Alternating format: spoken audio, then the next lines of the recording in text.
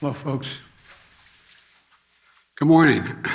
I'm going to be somewhat short today because shortly you're going to hear a helicopter landing outside the window here. I'm supposed to be in Colorado looking at the damage with the governor of that god-awful firestorm that rolled through, and then I'm heading off to do Harry Reid's funeral. So, but this morning, I want to talk about, I think it's a historic day for our economic recovery. Today's national unemployment rate fell below 4% to 3.9%, the sharpest one-year drop in unemployment in United States history. The first time the unemployment rate has been under 4% in the first year of a presidential term in 50 years. 3.9% unemployment rate. Years faster than experts said we'd be able to do it. And we have added 6.4 million new jobs since January of last year, in 1 year. That's the most jobs in any calendar year by any president in history. How did that happen? Well, the American Rescue Plan got the economy off its back and moving again, back on its feet, getting over 200 million Americans fully vaccinated, got people out of their homes and back to work, even in the face of wave after wave of COVID. We got schools open. We got booster shots. We brought down the poverty rate. It went from 20 million people on unemployment rolls a year ago to under 2 million people on the unemployment rolls today. America's back to work, and there are more historical accomplishments. The increase in Americans joining the labor force was the fastest this year of any year since 1996. And among prime age workers, ages 25 to 54, their increase in labor force participation was the biggest in 43 years. Record job creation, record unemployment declines, record increases in the people in the labor force. I would argue the Biden economic plan is working and is getting America back to work, back on its feet. But the record doesn't stop there. Today's report also tells us that record wage gains, especially for workers in some of America's toughest jobs, women and men who work in the frontline jobs in restaurants, hotels, travel, tourism, desk clerks, line cooks, wait staff, bellmen, they all saw their wages at a historic high, the highest in history. Their pay went up almost 16% this year, far ahead of inflation, which is still a concern. Overall, wage gains for all workers who were not supervisors went up more in 2021 than any year in 4 decades. There's been a lot of press coverage about people quitting their jobs. Well, today's report tells you why. Americans are moving up to better jobs, with better pay, with better benefits. That's why they're quitting their jobs. This isn't about workers walking away and refusing to work. It's about workers able to take a step up to provide for themselves and their families.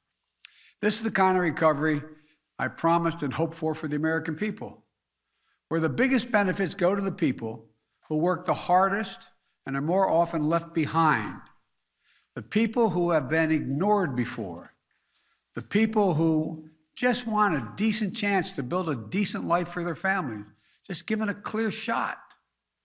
For them, wages are up, job opportunities are up, layoffs are down to the lowest levels in decades, and there are more chances than ever to get ahead.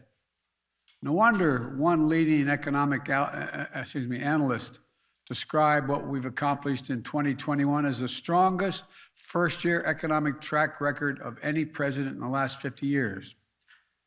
Today, America is the only leading economy in the world where the economy as a whole is stronger than before the pandemic. Now I hear Republicans say today that my talking about this strong record shows that I don't understand. I don't understand. A lot of people are still suffering, they say. Well, they are. Or that I'm not focused on inflation. Malarkey. They want to talk down the recovery because they voted against the legislation that made it happen. They voted against the tax cuts for middle-class families. They voted against the funds we needed to reopen our schools, to keep police officers and firefighters on the job, to lower health care premiums. They voted against the funds we're now using to buy COVID booster shots and more antiviral pills. I refuse to let them stand in the way of this recovery. And now my focus is on keeping this recovery strong and durable, notwithstanding Republican obstructionism. Because, I know that even as jobs and families' incomes have recovered, families are still feeling the pinch of prices and cost.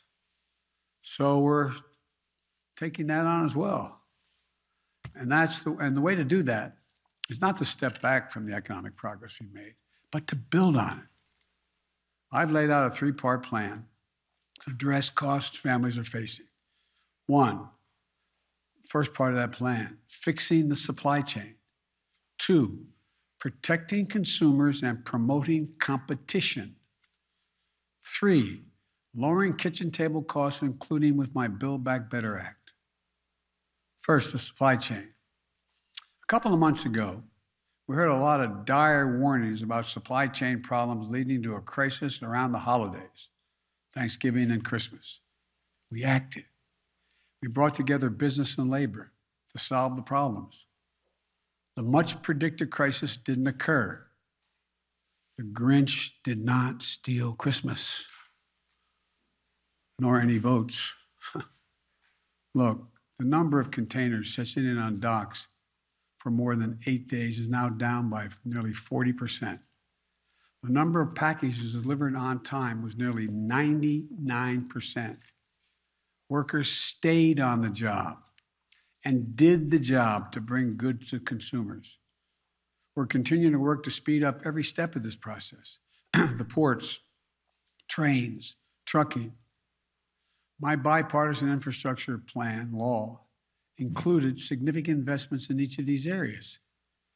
And I want to thank the 19 Republicans in the Senate and the 13 in the House who stepped in to help pass it so we didn't have to face another filibuster and lose a very badly needed plan.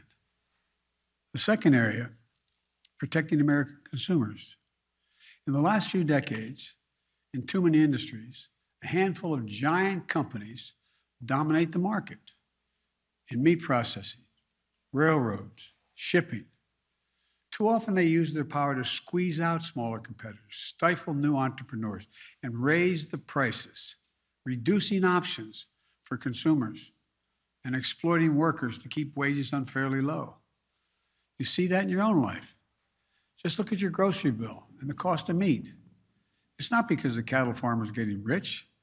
Matter of fact, it's the exact opposite. It's because fewer processors can charge grocery stores much more money for their ground beef, for example. You've heard me say it before. Capitalism without competition isn't capitalism. It's exploitation. And I'm determined to end the exploitation. Later this month, I'll be meeting with my Competition Council, which includes key economic leaders from across my administration, to keep pushing for more broad action and increase competition across our economy, because healthy competition produces lower prices, higher wages, and more dynamic and innovative economies. That makes everybody better off. Third, I'm working to reduce the largest cost burden of household budgets, costs that don't need to be such a burden. And the biggest weapon at our arsenal is my Build Back Better Act, which will reduce what families have to pay for basic necessities to live a life, raise a family, from prescription drugs to health care to child care, and more help so families can cover the cost of raising their children and caring for their loved ones, their older loved ones. As we've seen over and over again throughout this pandemic, if people can't find affordable child care, they can't work. Right now, there are 2 million extremely qualified women who have not been able to return to work because they can't find or can't afford child care. On health care, we've made quality coverage through the ACA more affordable than ever before, with families saving an average of $2,400 in our annual premiums, and 4 out of 5 consumers finding quality coverage for under $10 a month. And the result, when you reduce the cost of health care, more people can afford to get it. Over 4 million people have gained coverage since I became president. You've heard me say it a million times. Having health care is also about peace of mind. For example, we're going to make it so nobody will pay more than $35 a month for insulin. Imagine you're a parent and one of the 200,000 children in this country have type 1 diabetes. Insulin can cost, on average, it's average $650 a month, but cannot cost as much as $1,000 a month. Even though a vial of that insulin costs about $10 to manufacture. We can do all this. We can do it without increasing inflation, without increasing the deficit. Nobody making more than $400,000 a year, less than $400,000 a year, will pay a penny more in federal taxes. So we're going to keep working on these fronts. Some of them have components that are immediate, like unsticking the supply chain. Some will show their benefits over time, like investments in infrastructure. But all will help America's families. And it's urgent we get moving on all of it without delay. Because at this moment, as a country, we face an important choice. Do we take the steps to create an economy with strong, sustainable growth, higher wages, and more opportunity for all Americans? Or do we settle for an economy that wasn't working for our middle class even before the pandemic began? An economy that delivered sluggish growth, stagnant wages, limited opportunities. I'm not an economist, but I've been doing this a long time. But here's the way to look at it. If car prices are too high right now, there are two solutions. You increase the supply of cars by making more of them, or you reduce demand for cars by making Americans poorer. That's the choice. Believe it or not, there's a lot of people in the second camp. You hear them complain that wages are rising too fast among very middle class and working class people who have endured decades of stalled incomes. Their view of the economy says the only solution to our current future challenges is to make the working families that are the backbone of our country poor or keep them in the state they're in. It's a pessimistic vision, and I reject it. I reject the idea that we should somehow punish people because they finally have a little more breathing room. America doesn't need to settle for less. We need an economy that has the capacity to generate more growth, more jobs, and more opportunity for all Americans. That's why we're going to keep doing everything we can to, one, unstick the bottlenecks that are keeping goods from getting to consumers. Two, build better infrastructure so that we can get parts and goods to factory floors quicker and cheaper. Three, bring more of that production back here to the United States to make our supply chain more secure. Let's make let's make what we're selling in America made in America. So we're not at risk of foreign supply chains and shipping delays. And in doing so, get more Americans working in jobs with rising wages. I want to be clear. I'm confident the Federal Reserve will act to achieve their dual goals of full employment at stable prices and make sure the price increases do not become entrenched over a long term with the independence that they need. But the best way that I, as president, and the Congress as a legislature can tackle high prices is by building a more productive economy with greater capacity to deliver for the American people. A growing economy where people have more opportunities, more small businesses opening, and I might add, parenthetically, there's 30% increase in the application for new small businesses, and goods get to market faster. The economy where we don't just grow the economic pie to make sure people who bake the pie get a fair slice of it as well. For too long, Republicans have thrown around terms like pro-growth and supply-side economics. to drive an economic agenda that didn't deliver enough growth and supplied more wealth to those who already were very well off. From day one, my economic agenda has been different. It's been about taking a fundamentally new approach to our economy, one that sees the prosperity of working families as a solution, not the problem. There's never been a time I can think of when the middle class and working class have done well that the wealthy haven't done very well. Working families need to get a fighting chance. And by the way, the stock market, the last guy's measure of everything, is about 20% higher than it was when my predecessor was there. It has hit record after record after record on my watch while making things more equitable for working class people. At the same time, we've created jobs, reduced unemployment, raised wages. As I've always said, when working people do well, everybody benefits. I'm determined to grow the economy from the bottom up and the middle out, because when we do, we get more growth, higher wages, more jobs, and over time, lower prices. But don't take my word for it. Just look at the results, historical results, results for working Americans.